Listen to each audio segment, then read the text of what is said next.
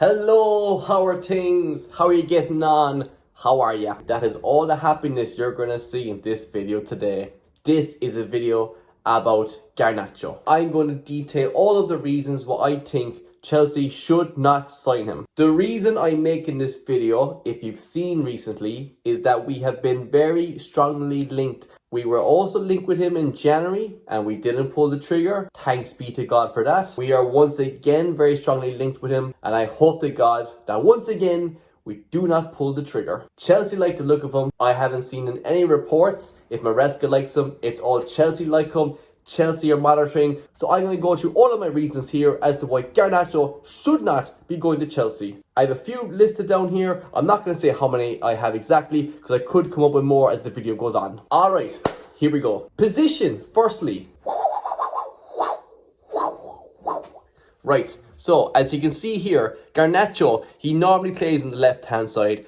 Very strongly his main position. Don't give me that shit about, oh, he can play across the front line, oh, he's interchangeable, blah, fucking blah. This young lesbian plays on the left for the most part. What we currently have on the left is Tyreek George, and that is reason enough for me to be pissed off as to why we're signing Garnacho. Jamie Gittins, who we've just signed, and Xavi Simons, who we are very strongly linked to, and I fully expect us to sign him because I recorded a video about 5 days ago at this stage talking about us signing him and how he's going to fit into the team. Anyway, why would we sign Garnacho? I don't understand. 4 fucking players for 1 position, lad. That is ridiculous. This is the greed that God spoke of in the Bible. That's ridiculous. Besides all that anyway and all that nonsense and rubbish, his stats and performances then compared to the other players. I'm not going to go through Simmons and Gittins and anybody else. We all know they're pretty good. We bought them. We knew what the plan was for them. I'm going to focus on my main man, Tyreek George. Just as a fun fact, I found this photo on the internet earlier. Look at this. It's Tyreek George and Jadon Sancho. Isn't that hilarious? Anyway, moving on. Here are Garnacho stats at Man United for the most part that I saw rounded up. It was by a Man United fan. I expect it to be accurate. They're not too bad. It's a bit of consistency, bit of improvement, bit of steady building as the seasons went on and whatever else. That's fine. I don't care. I don't want to see them. This is Tyreek George's. Now, before you come at me saying, oh, this is under 18 or under 21 or the B squad, whatever else. Shut up. I'm making a point. Tyreek George broke into the first team just last season.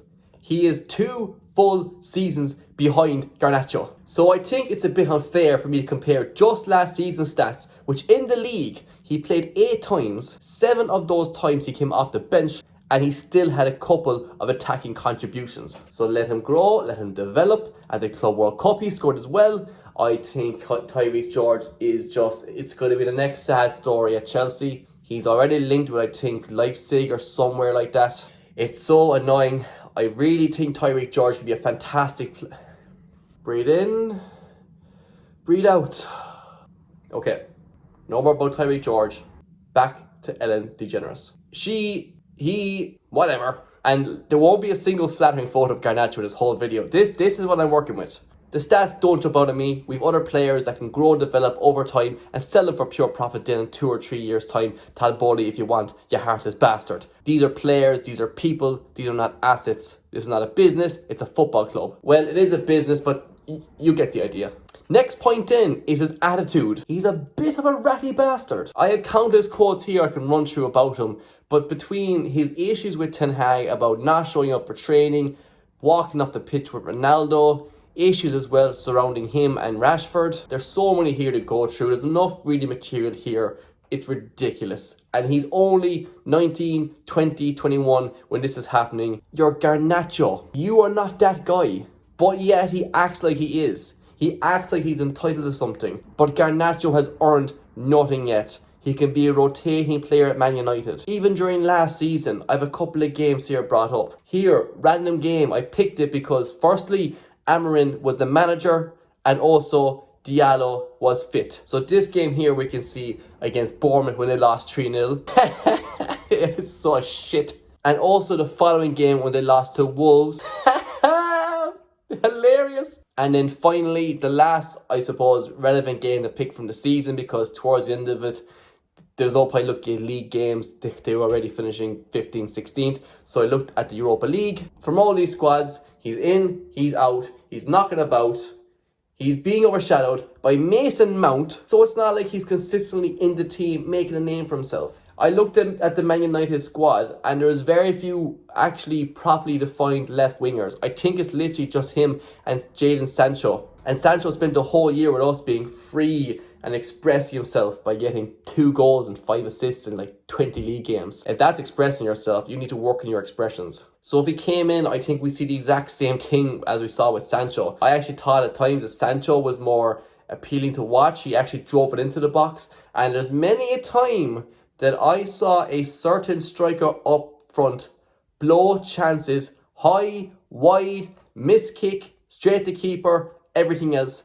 Sancho would have got more assists if it wasn't for Nicholas Jackson. But overall, I give Sancho's loan spell with us a 6, 6.5 out of 10. Didn't blow me away, to be honest. And I think Garnacho will be the same again. He wouldn't hold down his place. He's not holding it down at Man United, a team that had nothing to play for a good 15 games of last year. The different formation that Amarin wanted to adapt, he didn't fit into it. Bruno's playing up there. Nobody else is going in for him, so like he clearly isn't that good. Like, I've seen reports saying that, oh, Chelsea is his main option.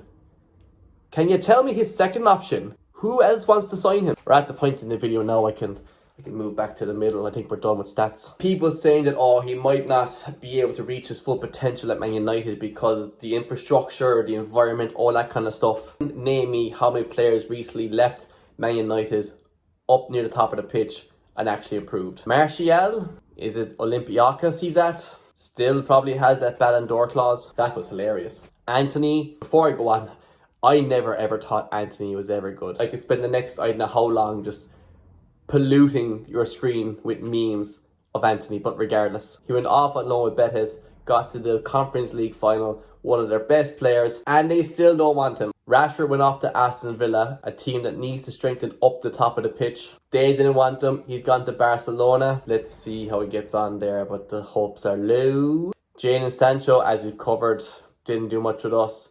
Seems like he's going to go back to Dortmund again. Home sweet home for that young man. So the track record isn't exactly fantastic of them breaking out of this toxic environment of Man United where there isn't a single canteen dinner lady to be seen. Things are bad at Chelsea, but I tell you what, they're a whole lot worse at Man United. So if signing Garnacho is our biggest problem, it's not too bad. Wait, no, what am I saying? It is bad. It's terrible. We can't let it happen. This is Sancho 2.0. And I just want to circle back to one other thing. And that's Tyreek George. I cannot let Garnacho stall Tyreek George's development. I know Chelsea are going to fuck it up anyway and send him out on loan and shaft him in some way. But Garnacho being part of the reason would really annoy me. So that's it. That's my thoughts on Garnacho. Answer me this.